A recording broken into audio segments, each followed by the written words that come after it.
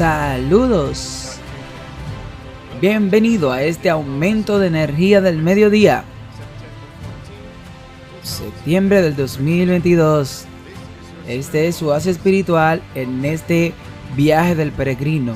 A los espectadores internacionales, los que nos ven por primera vez, sean todos bienvenidos a este aumento de energía profética del mediodía. Soy su anfitrión, Andrew Enríquez. Bueno amigos, las señales están aquí. Un día más para sentarnos a los pies de Jesucristo.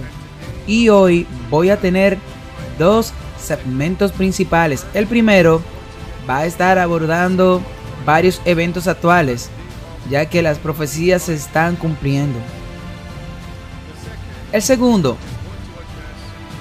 vamos a abordar un estudio bíblico. Como vemos, estas señales que apuntan a la proximidad inminente de la segunda venida de Jesucristo, la proximidad de la crisis de la marca de la bestia. También debemos entender que todos nosotros seremos llevados ante la iglesia y el poder del Estado, y en ese mismo momento nosotros tenemos que dar la razón de nuestra fe. ¿En qué creemos? ¿Podemos articular lo que realmente creemos de la Biblia? ¿Del espíritu de profecía? ¿Sabemos nosotros lo que realmente creemos? Como resultado, yo voy a abordar una lección muy importante en la segunda parte de esta presentación. Sin más preámbulos, amigos, ¿qué está sucediendo en Chicago? ¿Qué está sucediendo en Los Ángeles? ¿Qué está sucediendo en estos diversos estados? Todo esto es evidente que hay un esquema coordinado, un complot siniestro para traer caos, desorden en la tierra. Entonces, por supuesto, podrán implementar esta maldad y su política draconianas. Echen un vistazo a lo que está sucediendo aquí, amigos, en Chicago. El alcalde Kim McCulley también se postula para el Congreso del Distrito, el sexto distrito allí en Illinois. Señor, buenos días y gracias por su tiempo. Me imagino que en este momento no hay forma de que pueda detener esto. ¿Cómo puede advertir a la gente de su estado? Como podemos ver, hay ejemplos tras ejemplos en varias ciudades estadounidenses hasta ahora. Creo que la forma en que le advertimos a la gente ahora mismo que esto que está sucediendo en los suburbios, que vean las resoluciones que pasan en los pueblos y vean los que hacen los legisladores y que vean esta ley que debe ser derogada. Y lo más importante que pueden hacer los votantes es sacar a estas personas de sus cargos el 3 de enero, cuando los nuevos legisladores entren en el poder, que ellos puedan anular esta horrible ley. Mostrémosle a todos de dónde puede obtener esta cero fianza. Bueno, está bien estos secuestros, estos robos, estos incendios provocados, homicidios inducidos por drogas, incluso asesinatos en segundo grado y amenazas a un funcionario público. El gobernador ahí es un demócrata muy de izquierda y él está escuchando a algunos de ustedes. Saben, amigos, no todo esto está sucediendo en el estado de Illinois y en Chicago. Amigos, hagamos una búsqueda en Google de las ciudades más violentas de los Estados Unidos de América. Miren las 5 principales. Ustedes verán que está sucediendo también en Missouri. Está sucediendo en todas partes, en California. En todas partes. Hermanos y hermanas, les digo que este es un complot orquestado para provocar la división, la anarquía y el caos. Miren esta lista del mismo artículo. Miren el alcalde. Miren esto, mis amigos. La fianza en efectivo para casi todos los delitos. Esto incluye, entre otros, secuestro, robo a mano armada, asesinatos en segundo grado, homicidio inducido por drogas, amenazas a un funcionario público y fuga y elusión con abragantes liberados en monitoreos electrónicos. Tienen que estar en violación durante 48 horas antes de que la ley tome la fuerza y el orden. No pueden actuar. Casi podrían huir hasta Alaska antes de que podamos buscarlos. Niega a las víctimas los derechos constitucionales. Y ten esto en cuenta, que los funcionarios de negocios y propietarios de viviendas ya no podrán expulsar a los intrusos de sus residencias o de sus negocios. Todo lo que podrían hacer es darle un ticket. Tiene que decidir qué nivel de fuerza se requiere para eliminarlos y si es legal o no. ¿Están escuchando el volumen? ¿Están recibiendo el volumen? Parece que el volumen se apagó. Veamos. Hay fianza por casi todos los crímenes. Por todos los crímenes. Le niegan a las víctimas los derechos constitucionales.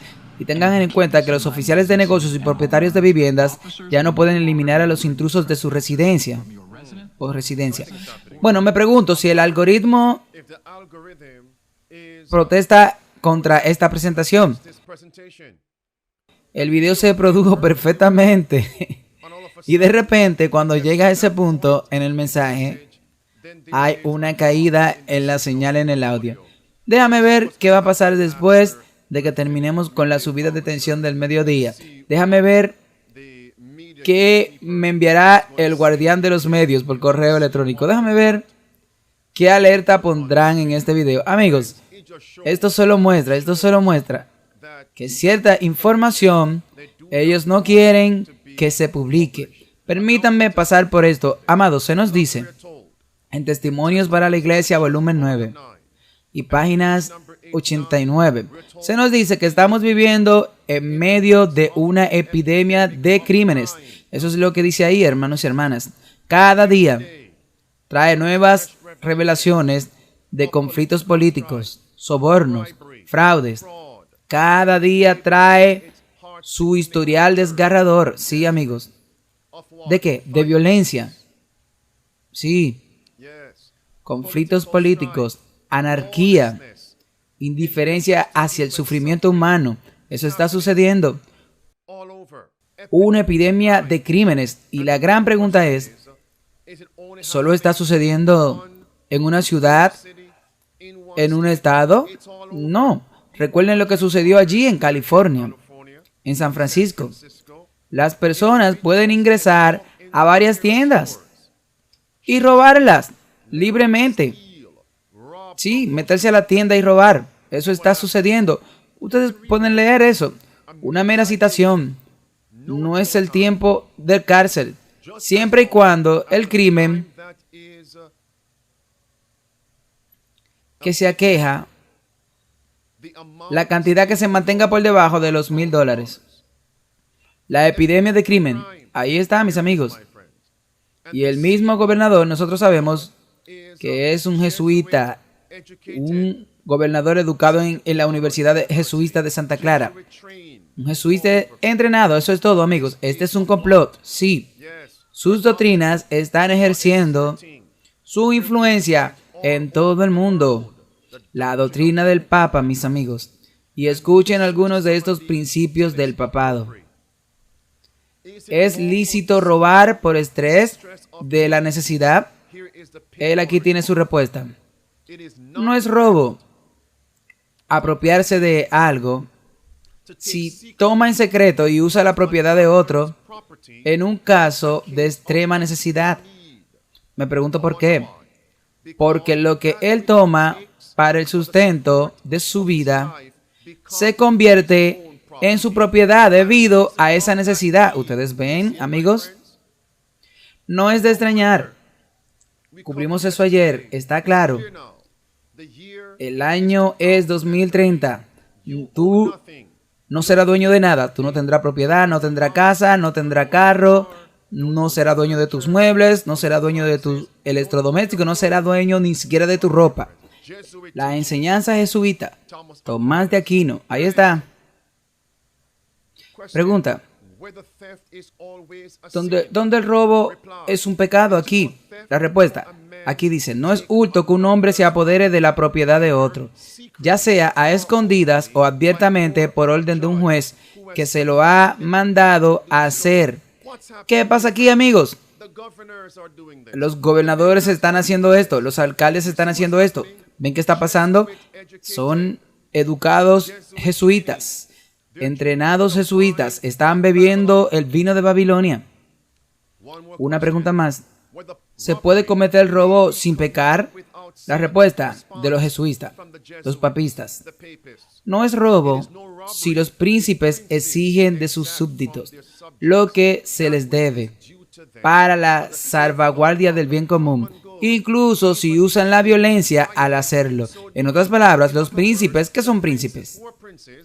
Estos son líderes, sus presidentes, sus primeros ministros, sus cancilleres, sus funcionarios gubernamentales, los gobernadores. Ellos pueden tomar de su gente todo lo que le establezcan por ley. Están borrachos con el vino de Babilonia, ¿ok? Y observen, estos individuos no se llaman fundamentalistas, y es allá donde voy. Estos individuos no se llaman extremistas. Me pregunto, ¿a quién llaman fundamentalista? ¿A quién llaman extremistas? Miren estos, mis amigos. ¿La política de quién? La política de Roma. Sí. Que llevó a Francia a la ruina. Las políticas sociales, eso es así. Las políticas financieras. Las políticas religiosas. Y se nos dice que las mismas crisis que ocurrieron durante la Revolución Francesa ocurrirán en estos últimos días. Ok, miren esto, mis amigos. DHS, jefe del Departamento de Seguridad Nacional.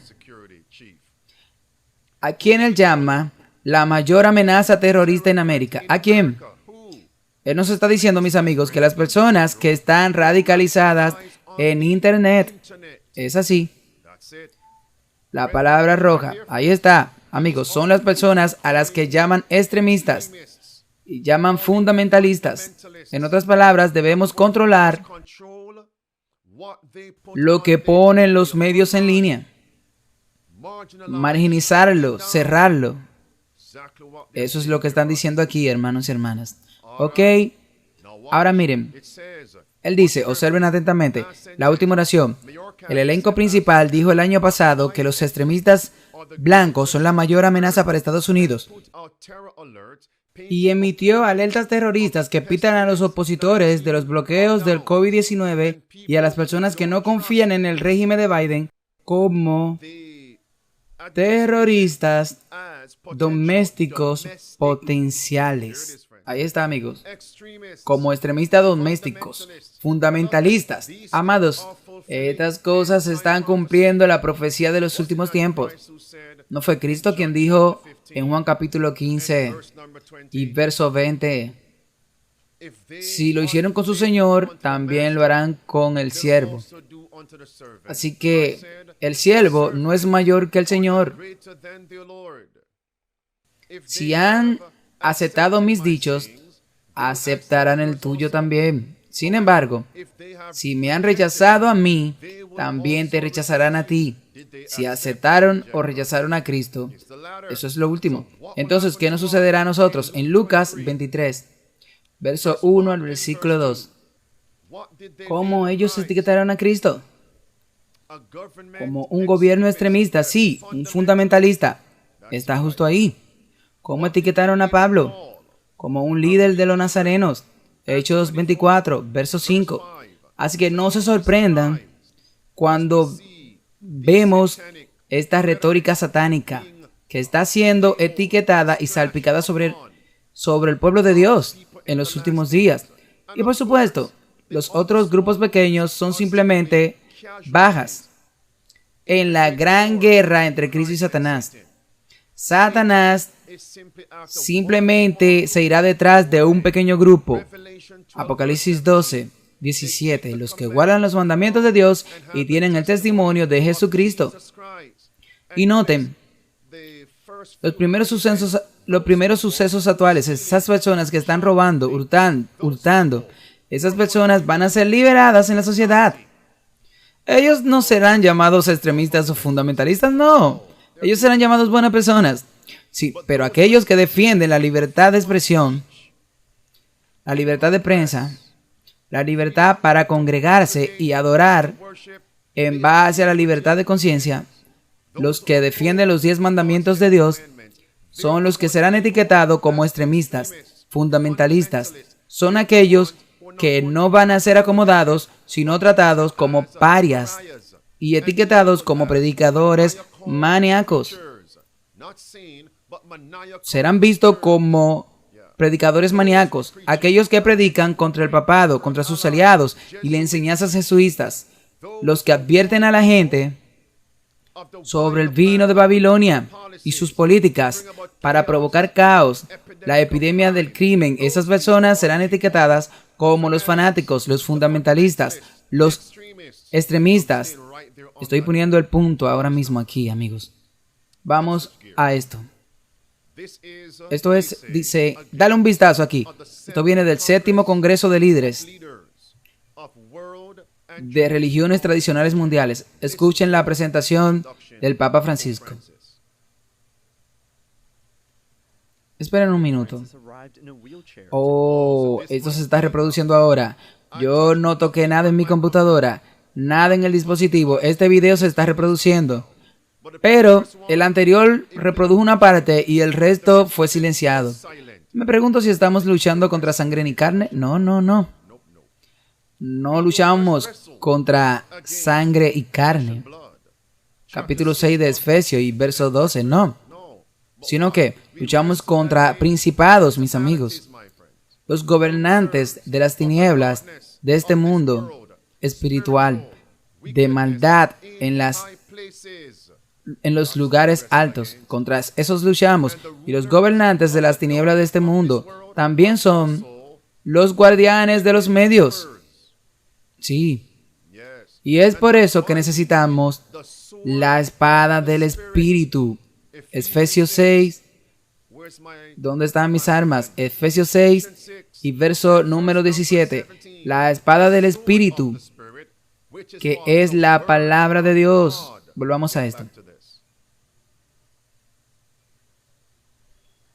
El Papa Francisco llegó en una silla de rueda para tomar su lugar en el asiento de honor en la Convención de Líderes de las Religiones Mundiales y Tradicionales junto con el presidente de Kazajstán. Entre los primeros en saludar al Papa fue el gran imán Al-Aqsa, considerado la máxima autoridad para el pensamiento islámico sunita y un aliado desde hace mucho tiempo del Papa Francisco en la lucha contra el extremismo religioso. Ok, vamos al clip número 2. Observe la retórica ahora con respecto a los medios en línea de cómo debemos asegurarnos de que no tengamos a los fundamentalistas y extremistas en los medios de comunicación. Miren esto. El presidente de Kazajstán abrió la reunión con un discurso sobre el estado de religión en todo el mundo hoy. Habló de la importancia de poner contenido espiritual en línea y evitar la polarización de contenido. Bueno, contenido espiritual en línea para evitar el qué. Ok, amigo, la división, la separación. ¿Qué quieren ellos? Una religión mundial. Así que cualquier grupo o cualquier persona que esté protestando contra esta religión mundial, contra este gobierno mundial, debe ser condenado al ostracismo. Continúan. Papa Francisco fue el primero de los líderes religiosos en hablar y comenzó criticando el fanatismo religioso, y ante los representantes del patriarca ruso de Moscú dijo que Dios es un Dios de paz, no de guerra. ¿Eso es cierto? ¿Eso es cierto? Sin embargo, la Biblia dice que Cristo también va a traer ¿qué? Espada. No una espada literal, sino la palabra de Dios. Eso es Mateo capítulo 10, verso 34. Al verso 37, Lucas capítulo 12, verso 51, al verso 53. ¿Y por qué el Evangelio es llamado espada? Porque los inconversos, los rebeldes, se levantarán contra la verdad, y la verdad corta, y la verdad condena. Sí, y como Cristo le dijo a Saulo, que se convirtió en Pablo, dura cosa es dar cosas contra el aguijón. Ellos vienen, amigos, y es por eso que tenemos que hacer lo más que podamos en esta plataforma antes de que las horas sean tarde y la puerta de la oportunidad se cierre. Vayan a las personas en los mercados. Si yo fuera tú, esparciría todo esto como hojas de otoño. Enviaría un mensaje a alguien, un email a alguien, un correo a alguien, empujaría esto, compartiría todos estos videos con otros. Hablando de estos predicadores, los nuevos predicadores, entre comillas, en las redes sociales. Ellos traen división, polarización. Ellos necesitan ser silenciados. Ok. Ellos no quieren ceder a la ley. Ellos son rigurosos con los 10 mandamientos. Esas personas son fanáticos. ¿Y quiénes son ellos? Son fundamentalistas. Es así como llaman a ese grupo. Es así, mis amigos. Y es por eso que él dijo, este Mr. Anticristo, aunque no le peguen a nadie, su violencia, la estructura mental del fundamentalismo, es violencia en nombre de Dios. Ellos no se quieren unir con el resto de nosotros. Y a propósito, unirse con el Papa sería perder la cabeza, ¿ok? Y ellos nos dicen que están en todas las religiones. Eso es todo, amigo. Volvamos a lo que está sucediendo aquí, el 14 de septiembre del 2022. ¿Y cuál es la fecha de hoy? Miren esto, mis amigos. ¿Qué significa este título? Dice el Servicio de Noticias Católicas que el Papa afirma que las religiones deben ser purificadas del extremismo, la justicia propia. Eso es todo, amigos. Eso es así. Y es por eso que se nos dice, ¿ok?, que debemos estar atentos a lo que viene con el mundo, azotado por el flagelo de la guerra. Un clima de hostilidad y confrontación. Es hora de que las religiones se purifiquen del mal, particularmente de la presunción de sentirse farisaico, sin necesidad de aprender algo de nadie. Liberémonos de esas nociones reduccionistas y destructivas que ofenden. No protesten. No, tú eres ofensivo, ¿ok? Extremista y forma de fundamentalismo y profanan a través del odio. Es un fanatismo. Y este último. Y es por eso que nosotros, en Fundamento de la Educación Cristiana, se nos dice, página 289, que cuando alcancemos el estándar que el Señor quiere que alcancemos, el mundo, los fieles adventistas del séptimo día, serán considerados como extremistas, extraños y singulares. ¿Y qué significan esas palabras? Ahí están, mis amigos. Seremos un espectáculo al mundo y a los ángeles. Déjame asegurarme de que entiendes lo que está sucediendo aquí. Esta reunión de religiones del mundo, las religiones principales, sus líderes, que se encuentran actualmente ahí, amigos, también nos dicen que esta es una unión de la iglesia y el Estado. ¿Esto no es Daniel capítulo 2 que se está cumpliendo? El hierro mezclándose con el lodo, los reyes de la tierra mezclándose juntos. Oh, mis amigos, pero no se unirán unos a otros. Me pregunto por qué. Debido a la proclamación de los mensajes de los 3 ángeles de Dios. Será proclamado y se creará una separación y la gente huirá de Babilonia. Miren esto, mis amigos. La religión, aquí, el título. El Papa hablando. Miren esto, aquí en la pantalla. Miren con cuidado. No podemos nunca aceptar que explote lo profano en lo sagrado. Nunca permitamos que lo sagrado sea explotado por lo profano.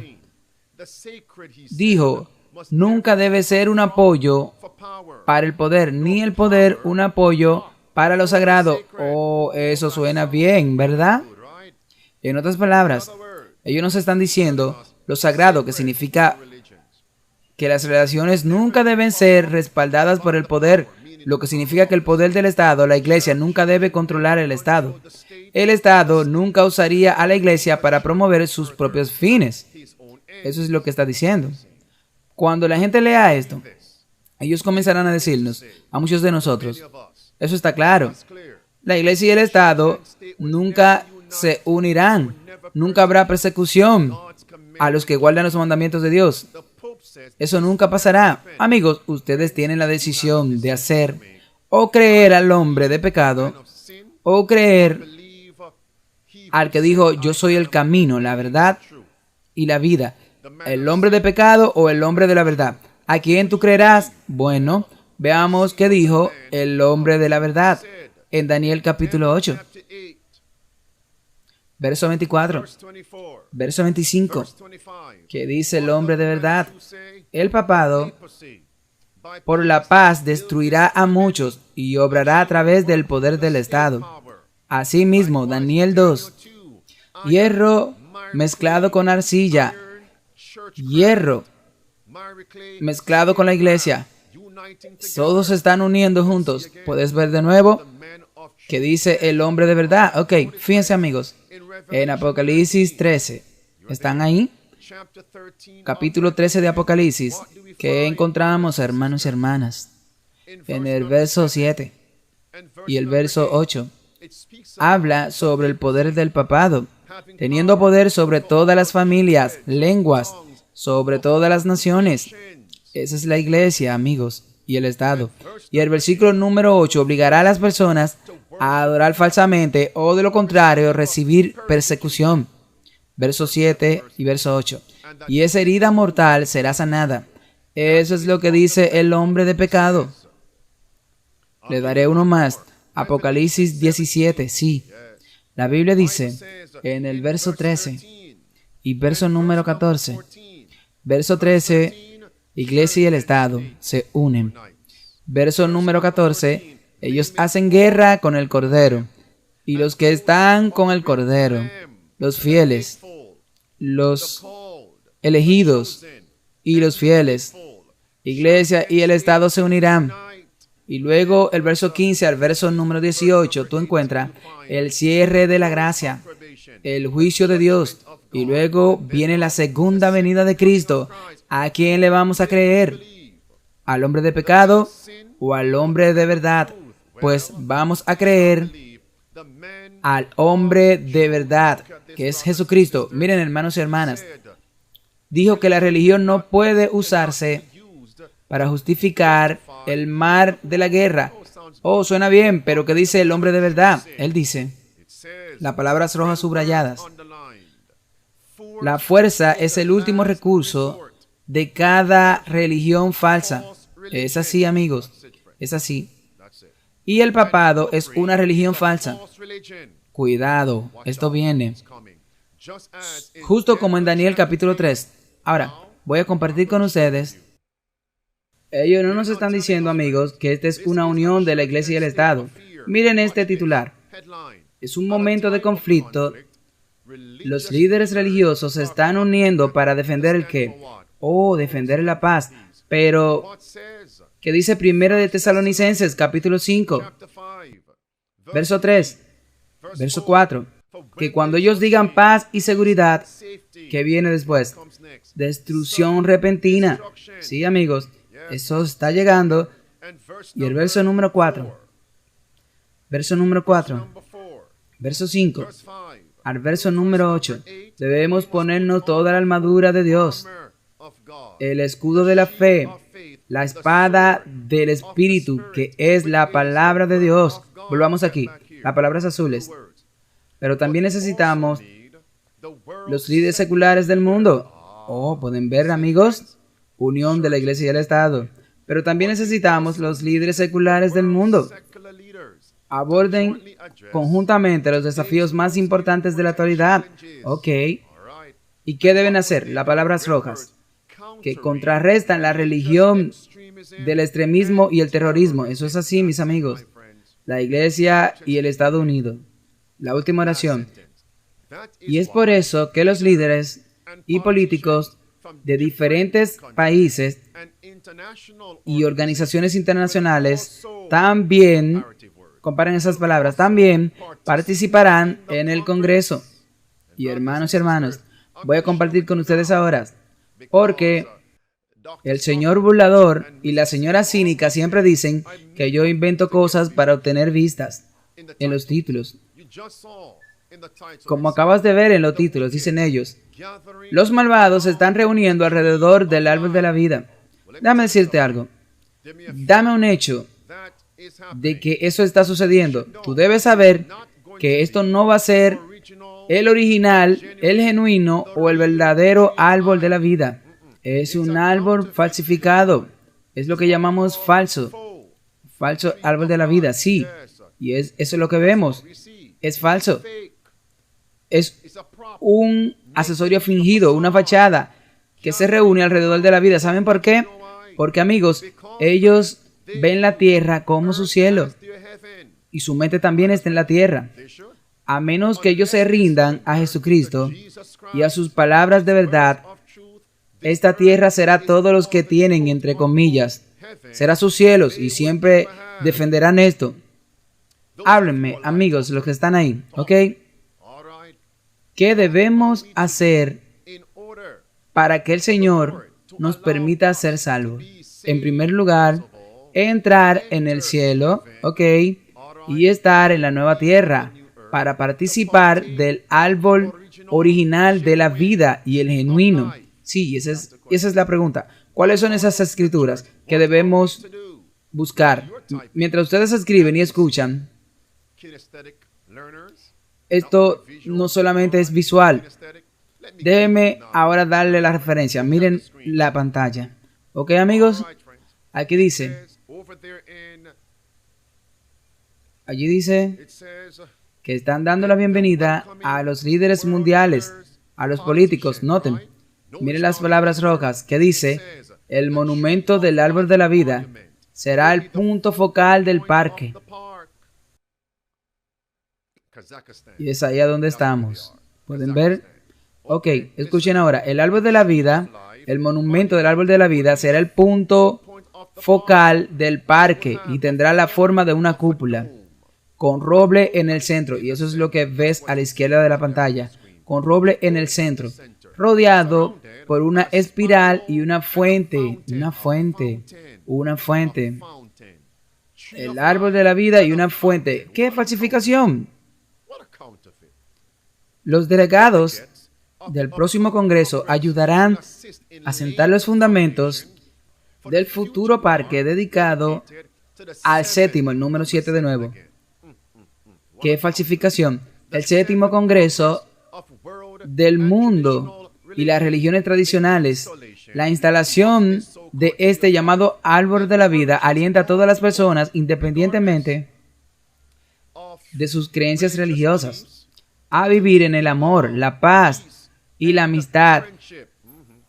La cúpula representa el mundo entero bajo un cielo. Ellos están trayendo el cielo a la tierra. ¡Qué engaños, mis amigos! Ahora, déjenme decirle esto. Vamos, háblenme. ¿Cuáles son esas escrituras? Quiero ver esto. Ok, veo una. Ok, veo la misma otra vez. Ok. Así que la mayoría de ustedes están poniendo Apocalipsis 22:14. Ok, vamos a obtener algunas más. Vamos. Apocalipsis 22. Miren el verso 14. La Biblia dice en el verso 14: bienaventurados los que cumplen sus mandamientos, para que ellos tengan derecho al árbol de la vida. Amén. Puedo entrar por la puerta en la ciudad. Hermanos y hermanas, ¿ven la falsificación? Ellos ponen a un lado los 10 mandamientos de Dios y adoran falsamente al papado y a religiones del mundo del budismo, al islam, al hinduismo. Ustedes nómbrenlo, ¿ok? Todos adorando el judaísmo. Falsas religiones, eso es lo que son, amigos. Así que sí, ellos necesitan quedarse allí. Quédense ahí con su falso árbol de la vida. ¿Cuántos de nosotros queremos experimentar el genuino, original, verdadero árbol de la vida? Escriban ahí, amigos. Y volvamos aquí. Y la Biblia dice: solo aquellos que cumplen sus mandamientos, no solo aquellos que solo conocen los 10 mandamientos, no. No solo aquellos que tienen un libro, una Biblia con los 10 mandamientos, no. Sino aquellos que lo hacen por la gracia de Dios. Filipenses capítulo 2, verso 12 al verso 13. Ocupaos en vuestra salvación con temor y temblor, porque Dios es el que obra en ti, tanto el querer como el hacer, tanto para ejercer como para hacer, por su buena voluntad, Cristo en nosotros. Ok, miren ahora, ¿qué sucede en el verso 15? Miren, mientras las personas de fe que guardan los mandamientos de Dios están reuniéndose alrededor del árbol de la vida ¿Qué está sucediendo en el verso 15? ¿Quiénes están ahí afuera? Verso 15. Porque afuera están los perros, los hechiceros, los fornicarios, los asesinos, los adúlteros, los idólatras y cualquiera que ama y hace la mentira. Toda esa persona, toda esa gente está allá en el lugar llamado Kazajstán. Todas esas personas están allí, ¿ok, amigos? Miren la falsificación una vez más, el verso número 1. Entonces el verso 14 nos muestra el árbol de la vida. Miren el verso 1. Esto me mostró un río puro de agua de vida, clara como el cristalino, saliendo del trono de Dios. Todo se conecta. Cuando llegue a la porción del estudio de la Biblia, también voy a abordar acerca del trono de Dios. Déjame volver aquí primero. Saliendo del trono de Dios y del Cordero. Verso 2. En medio de la calle de ella y a ambos lados del río estaba allí el árbol de la vida que emana 12 frutos. Para la curación de las naciones. Fuentes, hermano, la fuente. Y eso es lo que estamos hablando aquí. Allí, la fuente de la falsificación. La falsificación, hermanos y hermanas. Y ahora miren, la Biblia nos dice en Génesis, capítulo 3. Capítulo 3 de Génesis. Que vemos aquí. Es muy importante, amigos. Tomen nota. Verso 22. Y el Señor dijo: He aquí el hombre se ha vuelto como uno de nosotros, sabiendo el bien y el mal. Y ahora, no sea que alargue su mano y tome también del árbol de la vida y coma de él y viva para siempre. Escúchenme a mí. Satanás quería Adán específicamente en su pecado. Una vez que él pecó, quería participar del árbol de la vida para vivir inmortalmente, y el pecador sea inmortal, sea un pecador inmortal. Pero alabado sea Dios por el verso 24. Así que Dios expulsó al hombre y lo colocó al este del jardín del Edén, con querubines, con una espada de fuego. Una espada de fuego. Todo esto se conecta, amigos. Una espada de fuego. La Biblia dice que giraba en todos los sentidos para apartar el camino del árbol de la vida. Así es, hermanos y hermanas. Ustedes pueden ver la mano derecha de Satanás que el hombre está tratando de hacer ahora. Allá en Kazajstán.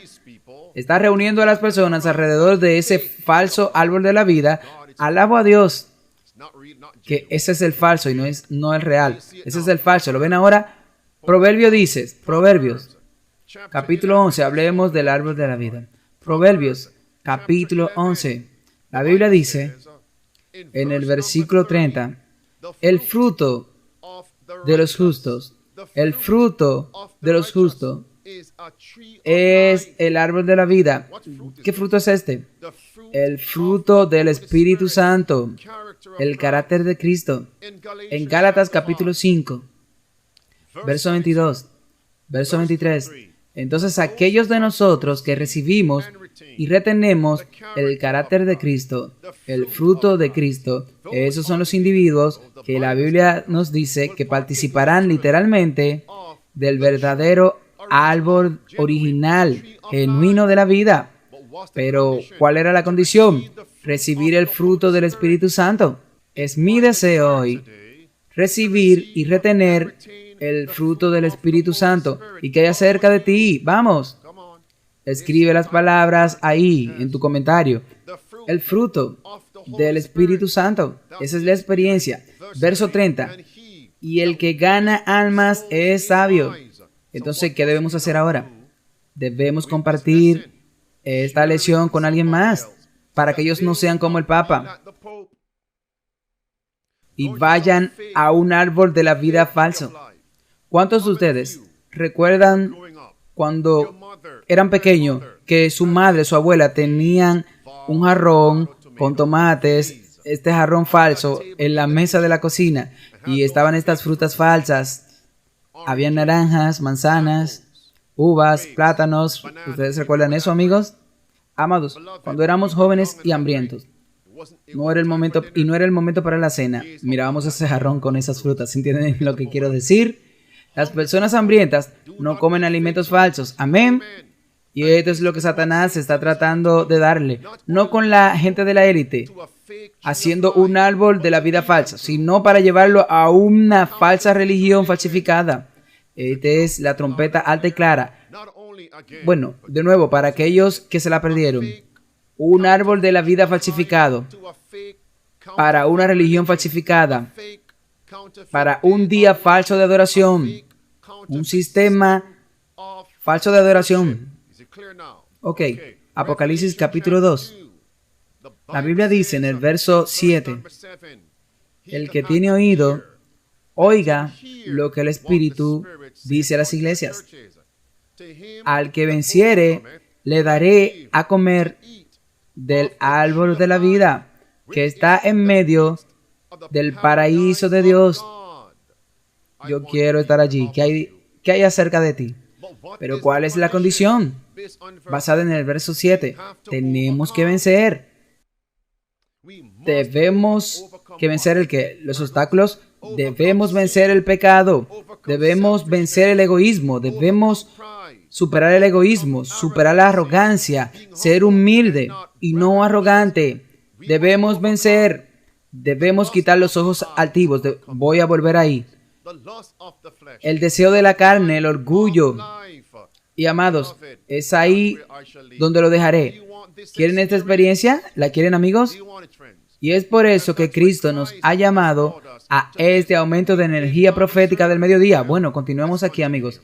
Ahora voy a seguir y ajustaré el hecho que se nos dice en Lucas 21. ¿Quieres saber eso? Lucas 21 es una versión flexible de las señales que predecirán a la segunda venida de Cristo, como Mateo 24 y Marcos 1, 3, que presenta estas señales. Y Lucas 21 dice que seremos llevados ante la iglesia y el Estado, y tendremos que dar testimonio de lo que creemos. Y la Biblia dice que no se preocupen entonces de lo que dirán. Si el Espíritu de Dios está con nosotros, traerá a nuestra memoria lo que es la verdad presente. Y cuando articulemos esa verdad, los enemigos de la fe no podrán ganar, no podrán contradecirnos o resistir en ese momento y recibirán la última advertencia. Un puñado se rendirá a la mayoría y permanecerá rebelde y se perderán. Y se nos dice en los últimos eventos de los últimos días, página 209, amigos míos, si Dios ha hablado alguna vez por mí, cité directamente que llegará el momento. Déjeme dárselo desde el principio. No parece posible ahora que cualquiera de nosotros tendrá que estar solo. Pero si Dios ha hablado alguna vez por mí, llegará el momento. Eso es así. Y continúa, y serán llevados ante el poder del Estado y de la Iglesia para dar un testimonio de lo que creemos. Oh, mis amigos, la mayoría de los criticadores se presentarán y en contra de lo que creemos. Y ese día se acerca y debemos estudiar para saber lo que creemos, la verdad que ahora defendemos. Sí, es así, amigos. Ahora, en Apocalipsis capítulo 3, la fase final de la iglesia de Dios es llamada la Odisea. ¿Qué Dios está ofreciendo a la Odisea? ¿Que compre qué? 3 cosas. Oro, no hablaré mucho sobre eso en este momento. La vestidura blanca no es mi tema ahora mismo, en este momento.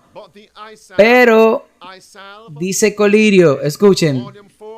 Colirio, miren el volumen 4, página 88, dice que el colirio es esa sabiduría y gracia que nos permite discernir entre el mal y el bien, y para detectar el pecado bajo cualquier disfraz Dios le ha dado ojos a su iglesia, los cuales requiere que los unja con sabiduría para que puedan ver claramente. Hermanos, muchos sacarían los ojos de la iglesia si pudieran.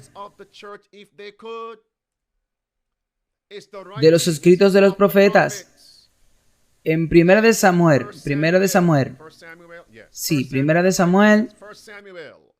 capítulo 9. La Biblia nos dice en el verso 9, Primera de Samuel 9 y verso 9, la Biblia dice, en tiempos pasados los profetas fueron llamados videntes. Los profetas fueron llamados videntes, ¿por qué? Porque ellos verían. Y Proverbios 29, verso 18, la Biblia dice que donde no hay visión, el pueblo perece. Con eso en mente, díganme ahora, ¿pueden discernir el pecado disfrazado? Esto fue publicado el 29 de agosto. Pero ahora creo que es el tiempo. Miren el título. Esto viene de AdventistToday.org. Imaginen esto, de aquellos que profesan ser de esta comunidad. Miren el título. Tía, ¿tuvimos que esperar hasta el 1844 para que se completara el plan de salvación? Ese es el título. Aquí viene la pregunta. Este es un segmento de AdventistToday.org que aborda preguntas y presenta y brindan respuestas. Pregunta: ¿por qué el libro de Hebreos es tan controvertido para algunos adventistas?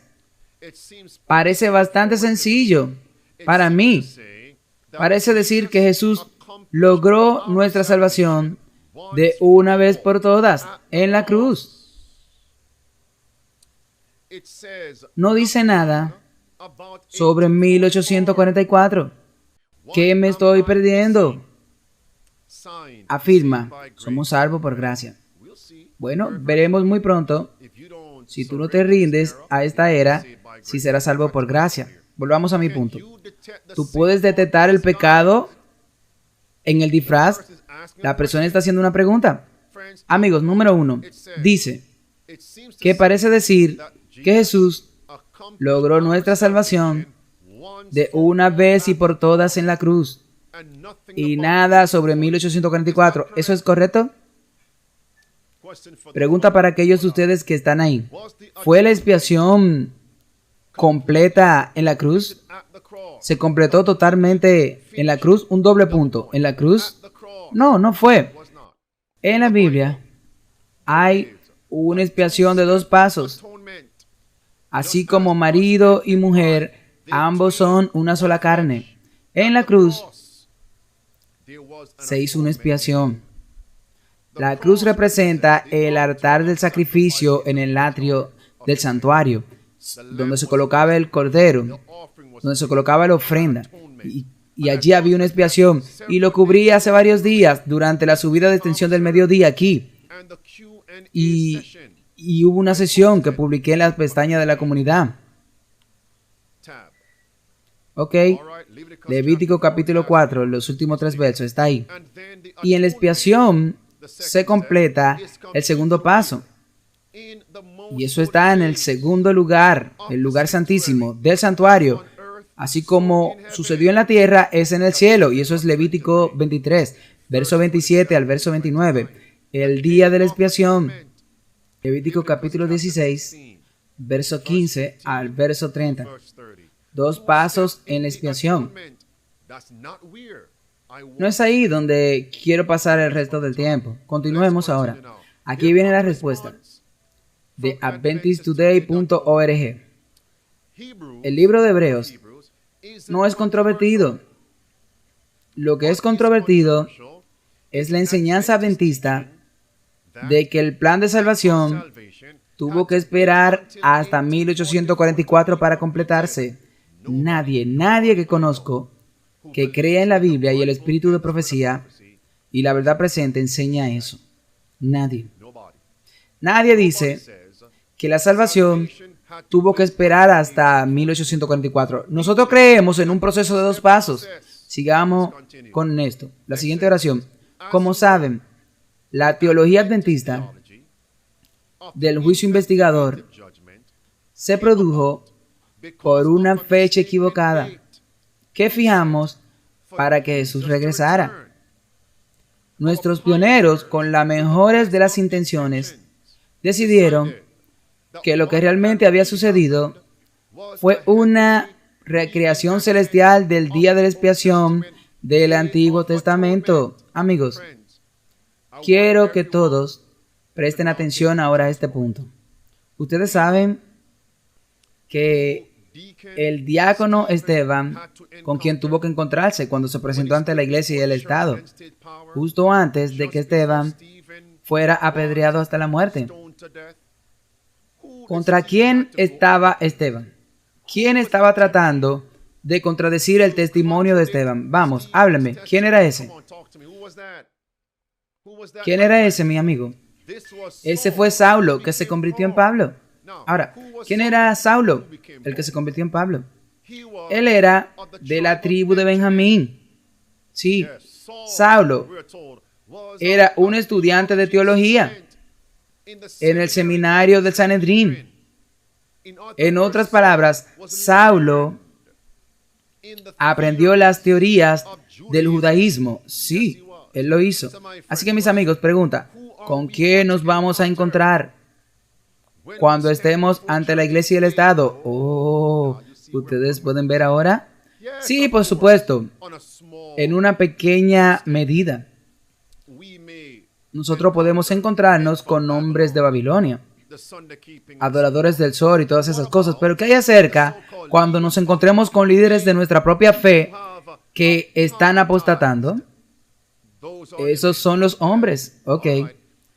Y si tú crees que estoy adivinando y especulando, tú no conoces el conflicto de los siglos. Regresa y léalo. Lee la página 606 del conflicto de los siglos y el párrafo que comienza con estas palabras: mientras la tormenta se acerca a una gran clase que una vez profesó la fe en el tercer mensaje de justicia, pero no ha sido santificado para obedecer la verdad de Dios, abandonarán su posición y se unirán a las filas de la oposición, uniéndose con el mundo y participando de su espíritu. Ellos han llegado a ver las cosas casi de la misma manera, y cuando se presente la prueba dominical, ellos estarán preparados para elegir el lado fácil y el lado popular. Hombres de talentos que una vez se agradaron y se regocijaron en esta verdad, se convertirán en nuestros enemigos más acérrimos cuando los fieles observadores del sábado sean llevados ante la corte. Estos hombres, sí, esos hombres van a ser los que contradigan nuestro testimonio de la verdad presente, del santuario, de la segunda venida, del sábado, de la reforma bíblica, las normas bíblicas. Ellos vendrán de adentro. Y es un hecho. Y aquí está Cristo ahora. Aquí está Cristo. Ahora, Mateo capítulo 10, verso 34. El enemigo del hombre saldrá de su propia casa. Es el sonido de la trompeta claro y alto. Verso 34 al verso 36 de Mateo. Mateo 10. No penséis que he venido a traer paz, sino he venido a traer espada. ¿Ves? Todo se conecta. ¿Pueden verlo, amigo? ¿Y quiénes fueron traídos para contradecir a Jesucristo? Mientras estuvo parado entre la iglesia y el Estado, fueron los falsos testigos. Y no vinieron de Samaria. Los falsos testigos no vinieron de la nación de los fenicios. No. Ellos vinieron de adentro, vinieron de Israel. Sí. Así como fue en el primer advenimiento, así será. Y por supuesto, la lapidación de Esteban significó el cierre de la gracia. ¿Qué debemos esperar en este tiempo? Y es por eso que estamos citando esto. ¿Está claro ahora por qué estamos haciendo esto? Continuemos aquí. El siguiente párrafo. Ellos dijeron, escuchen, Jesús, ellos dijeron, ¿te das cuenta en este momento que el autor se está distanciando a sí mismo? Gradualmente, lentamente, sutilmente, escuchen. Jesús, dijeron, había estado hasta 1844 en una habitación diferente del santuario celestial, diferente de la de su Padre. Y el año 1844 se levantó y movió su trono a la próxima habitación. Ok, amado, ¿pueden discernir el error? ¿El error? ¿Cuál es el error, amigos? ¿Cuál es el error? El error es que ellos están viendo a los pioneros, los fieles pioneros de los adventistas del séptimo día y sus fieles descendientes, hablando espiritualmente. Esas personas enseñan que Cristo, en su ascensión, entró en una habitación diferente a la del Padre. Me pregunto, ¿qué libro están leyendo? ¿Qué libro está leyendo este autor? ¿Qué libro está leyendo este autor? Esa es la primera oración. Nunca escuché a ningún predicador de la verdad presente enseñar eso. Que en la ascensión de Cristo, Él se mudó a una habitación diferente. Y luego en 1844, Él se mudó a una habitación diferente con su Padre. Vamos, ustedes que están ahí, ¿qué escrituras ahora ustedes presentarían? Pónganse a ustedes mismos en el futuro, como si ustedes estuvieran de pie ante la iglesia y el Estado, y con estos apóstatas de la iglesia adventista, estos teólogos y administradores, y estos pastores, y estos predicadores, y que ellos digan que eso es lo que creemos. ¿Qué texto ustedes proporcionarían? ¿Ok? A propósito, te daré algo de tiempo para escribir. Pastor, no nos da tiempo. Ok. La segunda oración. El problema es que el Nuevo Testamento dice que cuando Cristo subió a los cielos, y hace referencia a Hechos 1, inmediatamente Él tomó su lugar al lado de su Padre. Y luego citan a Hebreos 12:12. El gozo que se puso delante de Cristo soportó la cruz, burlándose. Déjenme dar la King James. Despreciando la vergüenza, y está sentado a la diestra del trono de Dios. Ok. Veo esos textos rodando ahora. Ok.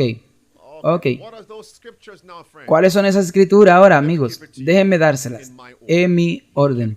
Ustedes pueden obtenerla y pueden reorganizarla y ordenarla como quieran. Amados, la primera escritura es esta, o el primer punto es así.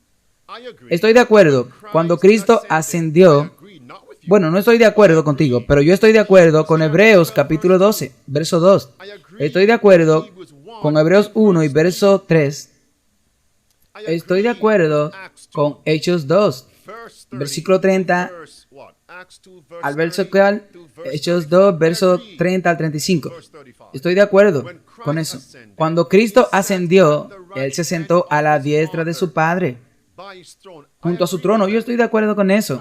Estoy de acuerdo, pero noten, ¿en qué apartamento estaba tanto Cristo como el Padre? Esperen ahora, ¿qué texto nos muestra a Cristo y a su Padre en la misma habitación? Déjenme ver si alguien tiene esa escritura. ¿A qué texto iría?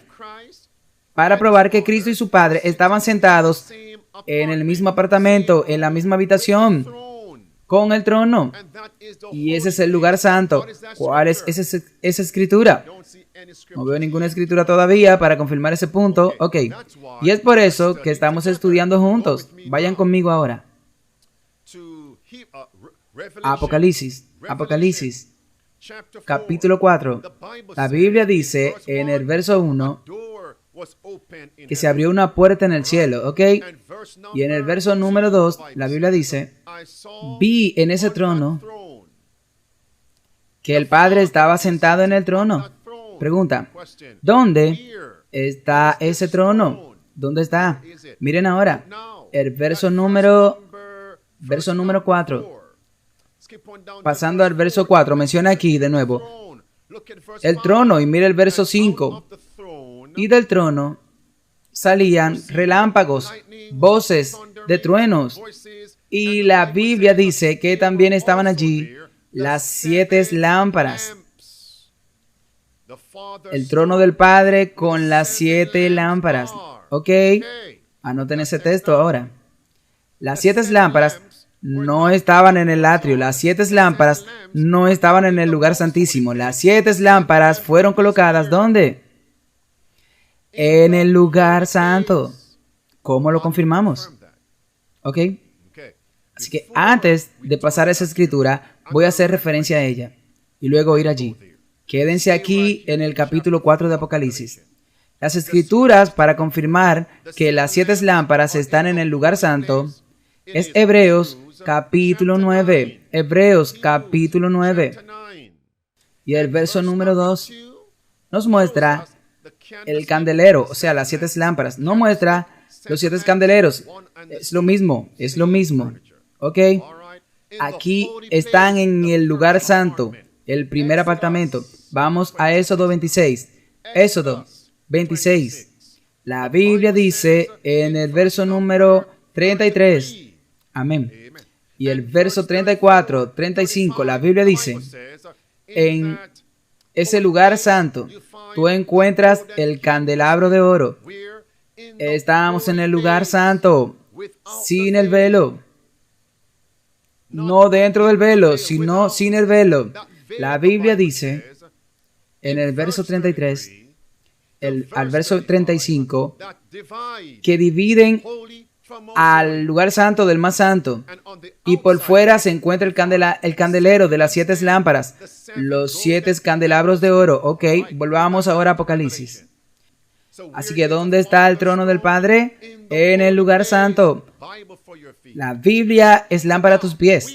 Así que ahora, ¿dónde se encuentra Cristo con el Padre una vez que ascendió después de su muerte?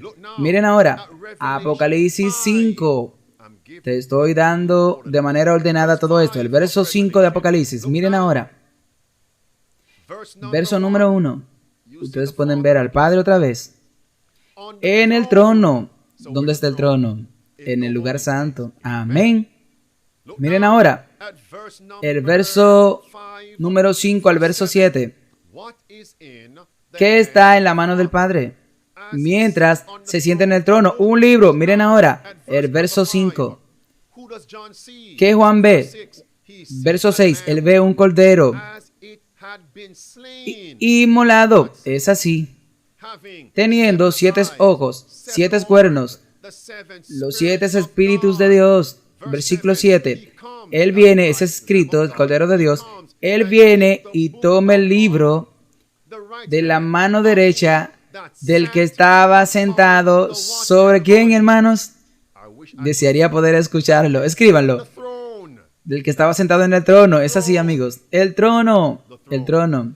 Y el verso número 5. Él es el león de la tribu de Judá. Y ese es Cristo. La raíz de David. Ese es Cristo.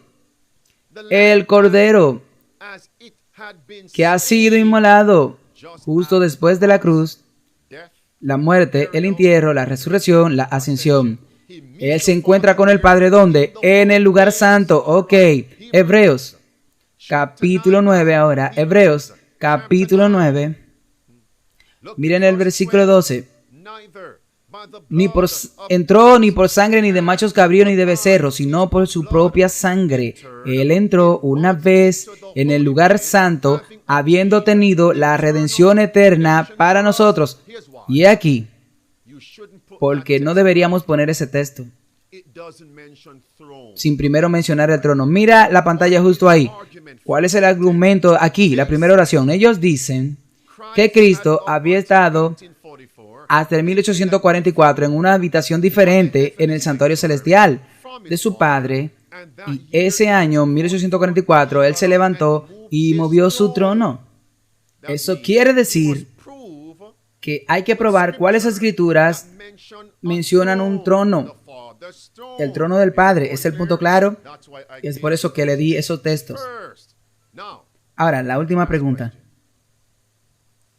¿Qué escrituras tú proporcionarías para probar que el trono del Padre es movible? Vamos ahora. Denme esas escrituras.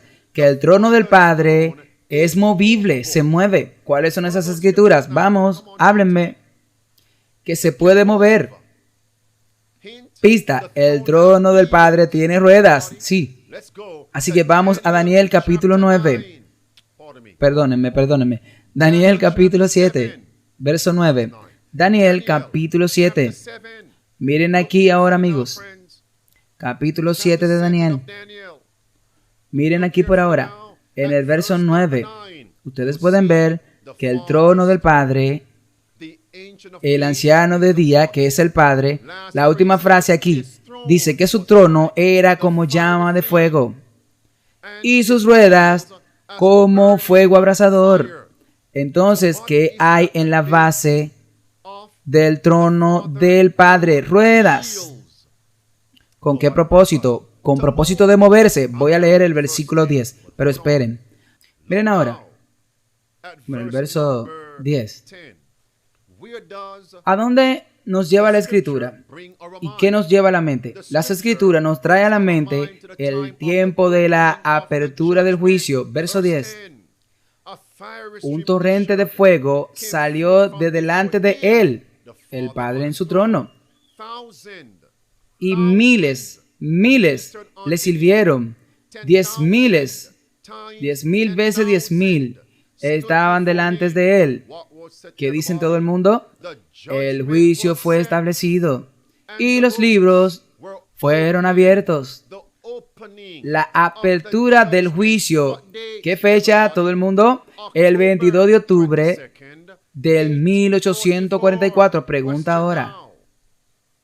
¿En qué apartamento del santuario santo y el santísimo se llevó a cabo el juicio? ¿En qué apartamento? ¿Qué apartamento? Vamos. ¿Lugar santo o lugar santísimo? Vamos. ¿Qué apartamento? Y es así como razonas. ¿Cuál? ¿Dónde? En el lugar santísimo. Ustedes pueden ver ahora. El trono de Dios tenía, ¿por qué tenía rueda? Se movía del lugar santo al lugar santísimo. Ahora díganme, ¿ustedes encuentran a Cristo allí? Claro que sí. Vamos ahora al verso 13. Y el verso 13 dice, vi en las visiones nocturnas, y he aquí uno como el Hijo del Hombre, que vino con las nubes del cielo. ¿Nubes?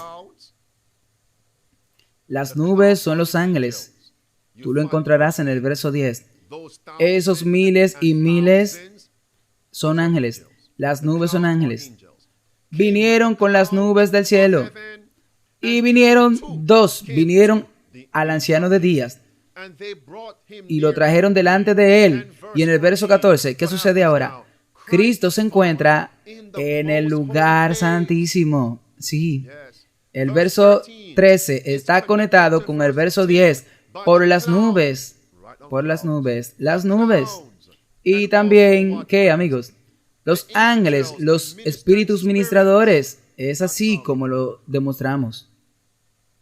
Ahora diré más, o lo dejaré ahí. Necesitamos poder discernir el pecado debajo de cualquier tipo. Tenemos que encontrarnos con estos apóstatas. Así que mientras hablamos sobre la ley dominical venidera, ¿sabemos lo que creemos? Mientras hablamos sobre pararnos ante la iglesia y decir que ya estamos listos y que podemos compartir, ¿sabemos lo que creemos? En Testimonios para la Iglesia, volumen 5, página 707, se nos dice que hay muchos que dan por sentado que entienden lo que creen, pero hasta que surja la controversia, ellos no verán su propia debilidad. Cuando se separen de los hombres de la misma fe y sean obligados a pararse solos, y ellos se sorprenderán al ver cuán confundidos y cuáles ideas ellos tenían, que aceptaron eso como verdad. El libro, volumen 5, página 707. Así que ahora mismo, recibamos todos los beneficios que podamos, mientras estudiamos juntos la subida de tensión del mediodía profética, las percepciones proféticas, los sermones sabáticos, las escuelas sabáticas, la escuela cibernética, ¿ok? Las lecciones de la escuela sabática cibernéticas y los comentarios en el chat. Aprendan todo lo que puedan ahora mismo. Cuando publico, ¿ustedes saben qué? No le he dado una prueba últimamente. He estado gaseneando demasiado, ¿ok? He estado demasiado ocupado, sí, pero eso viene la semana que viene. Si tú no recibes una prueba, irónicamente, si no recibes una prueba, no vuelva a la subida de tensión del mediodía, ¿ok? Ok. Tú recibirás una por la gracia de Dios. Así que amigos, ¿o tuviste un poco de miel hoy? ¿Tus ojos fueron iluminados por la gracia de Dios hoy? Sí. A propósito. Esto es como se hace un breve estudio. Y es así como se anulan esas versiones de la Biblia. ¿Qué te dicen en el libro de Hebreos? Agárrense aquí. Aquí tengo un hacha para moler. Agárrense ahí. Tengo mi espada para cortar la apostasía y el error. En Hebreos capítulo 9, verso 11 y 12. Y también el verso 23, verso 24. Estas nuevas versiones de la Biblia, no la King James, ellas enseñan que cuando Cristo ascendió, entró en el lugar santísimo. Y esta es una de las formas en que Satanás, el papado, los jesuitas, los babilonios apóstatas han pasado sus adventistas del séptimo día. Usan esos versículos para anular el 22 de octubre del 1844. Ok, estoy divagando, porque iba a ir por este otro camino, pero es así como lo hacen, amigos, con esas escrituras que les di.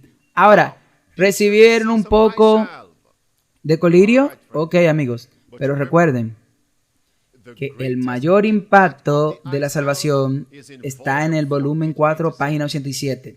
La única esperanza de los pecados para ser perdonado es tener una visión clara de su posición ante Dios, la verdadera naturaleza de su enfermedad. Esa es nuestra única esperanza. Ya que cité el volumen 4, puedes ver todo esto disfrazado. ¿Y qué nos dice en la página 88? Que la única esperanza que dice para ver estas legiones es tener una visión clara de la situación ante Dios. Sí. Una verdadera comprensión de la naturaleza de su enfermedad. Estamos espiritualmente enfermos y necesitamos un médico. Estamos ciegos y necesitamos vista. Así que lo dejaré ahí por ahora, amigos. Hagan un autoexamen. Ahora, amigos, Gospel Vocal Brothers cantarán la canción Sé tú mi visión. ¿Qué canción? Un clavo en el lugar seguro. Vamos, envíen sus peticiones de oraciones y por la gracia de Dios reanudaremos mañana a las 12 del mediodía, hora del este. Programen una cita y no lleguen tarde. Y por cierto, mi reloj se atrasó 5 minutos. Vamos. Gospel Vocal Brothers. Muchas gracias por unirte a este mediodía de energía profética. Sé tú mi visión. Esperamos que seas bendecido. Without my vision, oh Lord of my heart, nor be all else to be said.